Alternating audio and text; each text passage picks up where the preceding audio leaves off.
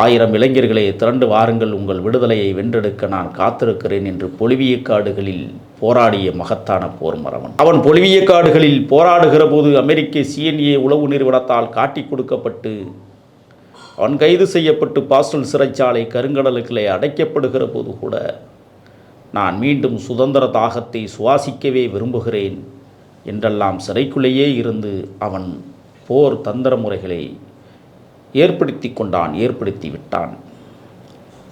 பொலிவிய காடுகளில் கோவேரி கழுதைகளில் பயணமாகிற போது கூட அமெரிக்க சிஎன்ஏ உளவு பார்த்து உளவாளிகளை போராளிகளைப் போல அனுப்பி செகுவேராவை காட்டி கொடுத்தார்கள், சுட்டு வீழ்த்தினார்கள்.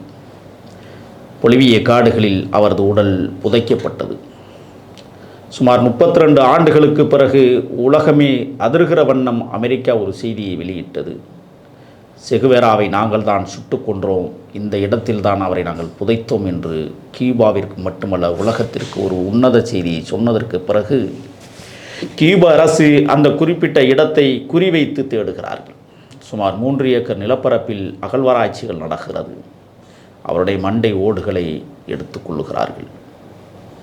உலகத்தில் 2ஆம் இயேசுநாதர் உயிரிழந்தார் என்று உலகத்திற்கு பறைசாற்றியது எர்னஸ்டோ சேகுவேராவினுடைய இன்றைக்கு அவருடைய எலும்புகள் கியூபாவில் அருங்காட்சியகத்தில் ஆயிரக்கணக்கான மக்கள் தரிசிக்க வேண்டிய இடத்தில் இன்றைக்கு 2ஆம் இயேசுநாதரை அழகுபடுத்தி வைத்திருக்கிறது கியூபா அரசு.